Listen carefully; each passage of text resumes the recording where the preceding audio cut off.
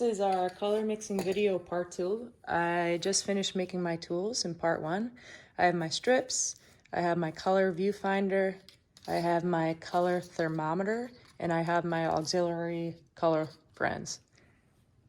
Here I set up my palette. I know that orange is made of yellow and red.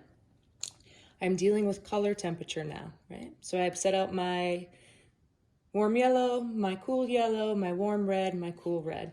What do you see underneath here is a wet rag, a wet piece of tissue or napkin. Napkin's a little bit stronger for this. That's gonna keep moisture in my paint, so my paint's not gonna dry as quickly. If you're painting outside in acrylic, this is an awesome thing to do for yourself. We know that the gouache dries very quickly. So if we come back to our example, the reason I want you to start with your primaries, your warm and cool primaries, is because I'm going to show you I was able to get this color in 4 steps, 4 mixing steps. I tried it the other way around and I started with my secondary out of the tube, and it took me about this many steps in order to get there.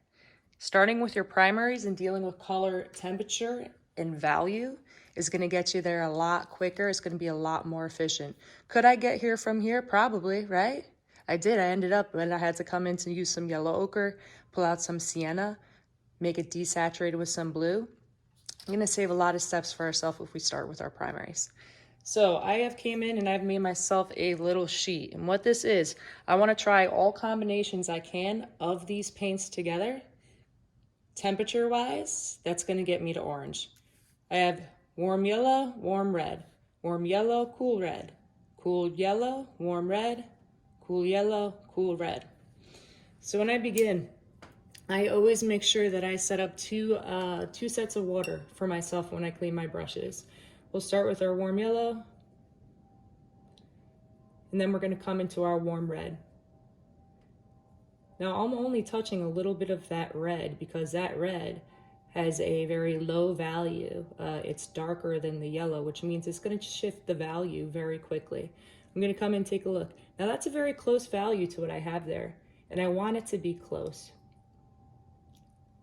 This is going to give me more control over the color I'm mixing in relation to matching that. Now what I'd say, it's a little high in value. That's all right. We're going to work with what we have here. We want to get close. Come in and clean my brush. Okay.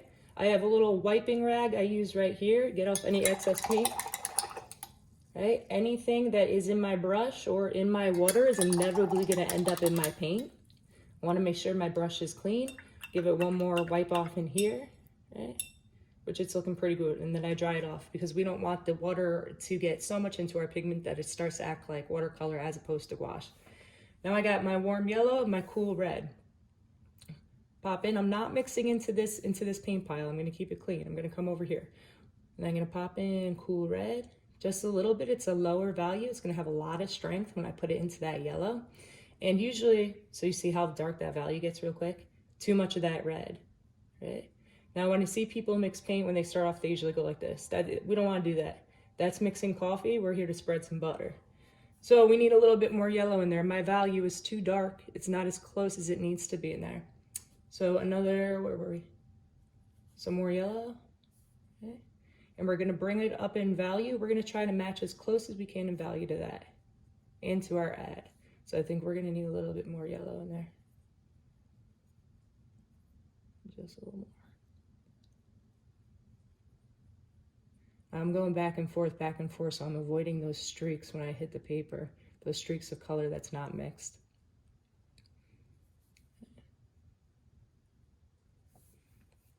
So we're going to see, we're going to check. Close in value there. Awesome. I'm going to go down the line, clean my brush, work all the way through, go back, mix my cool yellow, pop in my warm red, keep it close in value. Same with cool yellow and cool red. Now I've gone ahead of time to keep this video efficient, and I've done my paint chips. I've sliced them. I took a scissor and I cut them so that I can see the edge of that color against the edge of that add.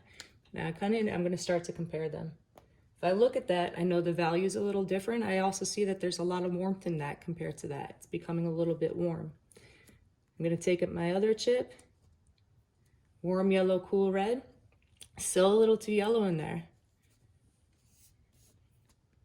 Let me take a look at my warm yellow, warm red. Now I'm getting real close.